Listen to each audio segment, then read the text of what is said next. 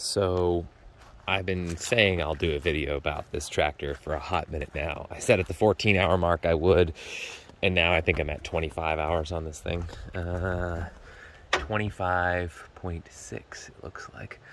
So I've been busy digging a giant hole, as you can see by the pile of dirt, which is actually mostly clay, and how dirty the tractor is, which I'll have to work on cleaning that because you can't have a dirty tractor. That's unacceptable. This is the pond. I'll just give a quick update on this. This is my massive hole that I've created. Down in the back, it'll probably be just shy of 10 feet once I'm done. That very back corner there, and it'll grade up here. This will be a heavy slope in on this side. That'll be like basically a wall.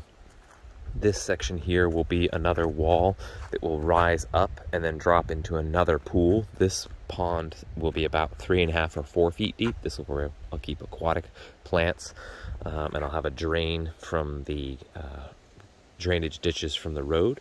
Right here, a culvert that'll go underground and feed into this pond, and then another one, there's a big corner where that drainage ditch between me and the neighbor's property feeds down into like a stream. I'll take another tap from a culvert that'll go underground and go to this. So all the water coming from the road will go through a biofilter, a medium-sized pond that will then have a wall that will be covered in rocks, and then have rock and plants on it that will bleed into the big pond, which is where I'll keep most, if not all, of the fish.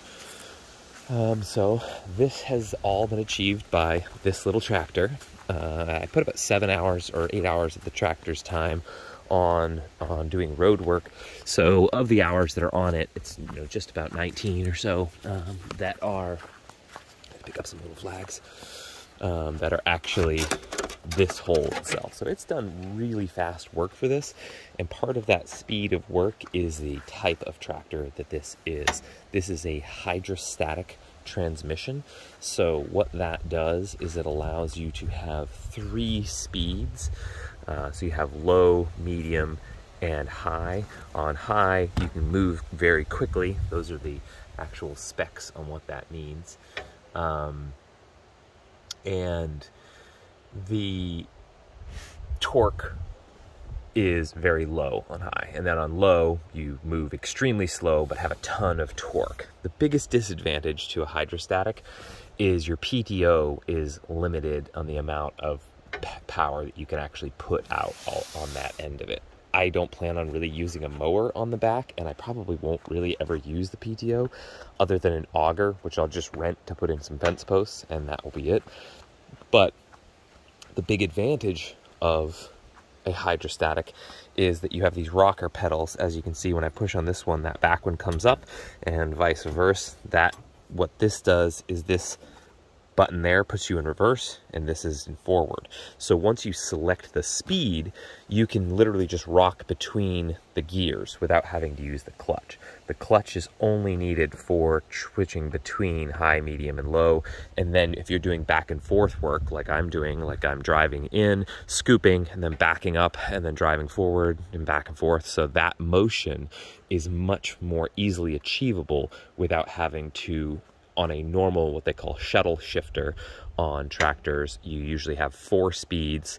Each one of those 4 gears works in reverse, but to switch between one of those 4 gears, you have to use the clutch, and to switch between reverse and forward, you have to use the clutch. So no matter what gear or direction you're going in, you always have to be using the clutch. Additionally, once you use one of those, the speed is pre-indicated by the gear. With a hydrostat, this is the speed. The more I press this, the faster I go.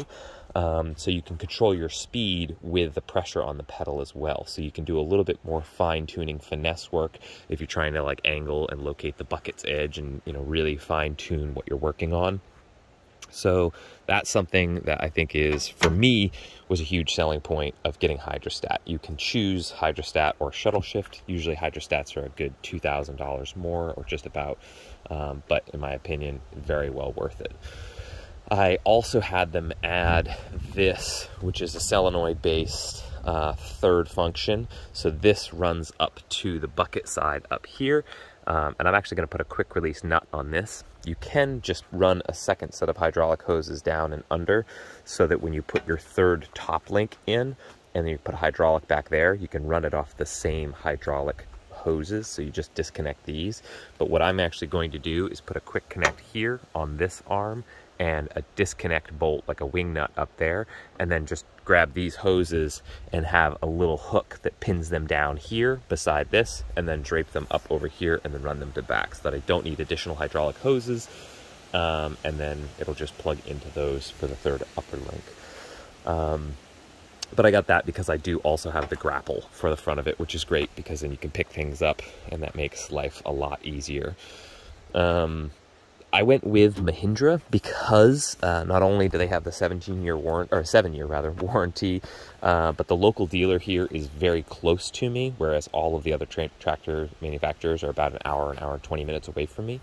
Additionally, their price point is way better. They also use a Mitsubishi engine, and these are manufactured by Mitsubishi in Japan, so they actually have really great quality control. Japanese built equipment is typically very well made.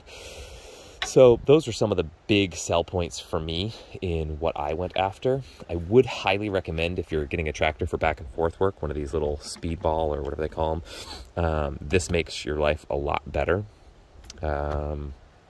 Beyond that, I think some things that I don't really like about it, and it's kind of nitpicky, but it's annoying, is this, the back end of your throttle is sticking beyond the dial, and you usually run it at about 2,000 RPMs when you're doing some heavy loading, and so the back end covers the hours while you're driving. And so it's kind of weird that they would do that.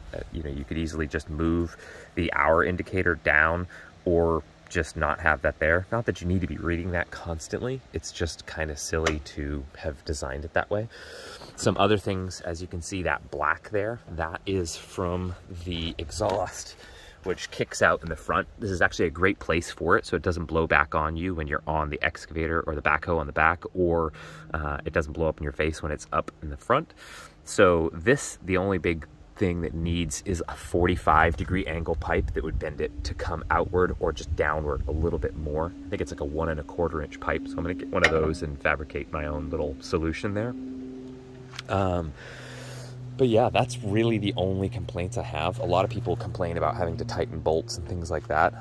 That's just what it's like to own anything that runs in a vibratory situation. Like off-road vehicles, you have to do the same thing. So I'm used to having to retorque bolts as part of my daily life, owning a Jeep and driving off-road all the time. So it's really not that bad. But overall, I love this tractor. It's a workhorse. It does a really good job.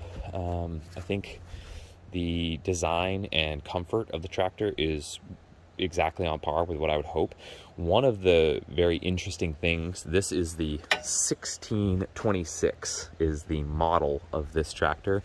The 26 indicates it's a 26 horsepower.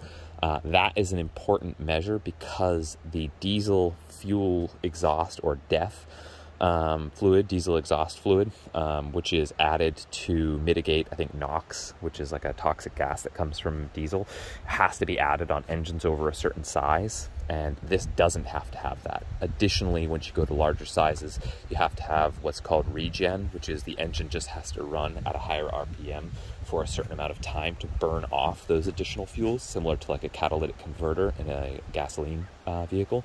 So this doesn't have those EPA mandates because the engine's small enough that it doesn't require it, which means that there are just less parts and less maintenance that go involved into it, and less fluids that you have to buy in order to make it work. But yeah, this thing is fantastic. I will say there are some weird things that I found about digging this hole about on my property. Is this clay here is blue. I don't know if I can find any. That one's a little bit blue, but not quite the blue that you normally see. There's some really, really blue, like it looks like Smurf blue. And my front tires are extra muddy right now, so you can't see it. But if they had washed off, they actually look like someone painted them blue. So I actually have to find out what clay additive is in there. I assume it's some sort of zinc or something like that that's broken down into the environment. But yeah, if someone knows what the blue clay is caused by, put some comments down below. I'd love to know. But yeah, that's my little quick review of the tractor. It's freaking awesome. I retorqued the bolts at the 10-hour interval that it told me to. None of them had loosened up.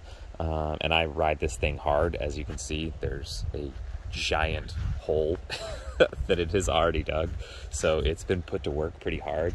The excavator is really great. There is an interference point with the bucket on this. This bucket can interfere and smack against this if you curl before you extend. So be mindful of that. I do wish that this seat folded forward. I wish it had some ability to cover the handles and also not be open and up, just because I think that, you know, I get it really dusty while just driving around. So it'd be nice if the seat had a way to fold forward and cover these handles. That would keep it a little bit cleaner. This is where the third function is. You get a new grip on the top, and then it's just a solenoid that it controls over here.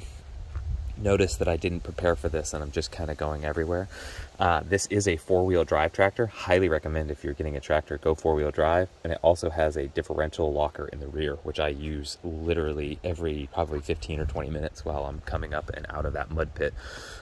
Without that, I'd be stuck a lot. So I would definitely say, depending on the type of terrain or what you're doing, go for a hydrostatic, go for the four-wheel drive, and go for the locking differentials if they are available, because that makes a huge difference. This only came with the option for rear locking, which is all I've needed at this point, as that's your primary drive tires. They're huge. But beyond that, I would definitely say those are some things to consider, and get implements as you can. You can actually see the blue on the tire back here a little bit easier. It's a little easier to see on the camera. I'm not really looking at the camera, but you can see this blue staining that's happening, and I don't know what it is. It's weirdly blue, and all of my clay down in the pit is that way. So yeah, like I said, let me know what that's all about. I'll do a little bit of an update at a 50-hour mark too, when I have to do the first service interval, when I have to change the two, there's a hydraulic fluid for the vehicle, for the lines, and there's a one for the hydrostatic transmission, and a fluid filter for the exhaust fuel on the other side. And I think you retorque a couple of things and then do all your grease, your Zerk fittings. You just re-grease it, which is pretty easy. But if you're looking for a tractor and you're in Southeast North Carolina, go see, I think it's, what is it?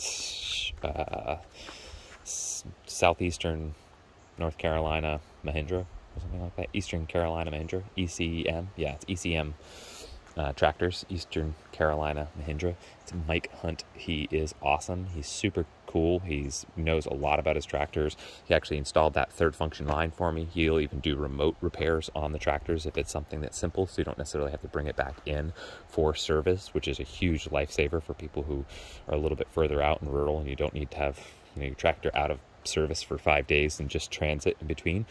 So yeah, things to keep in mind is make sure you know who's going to be servicing it. Are they going to be speedy?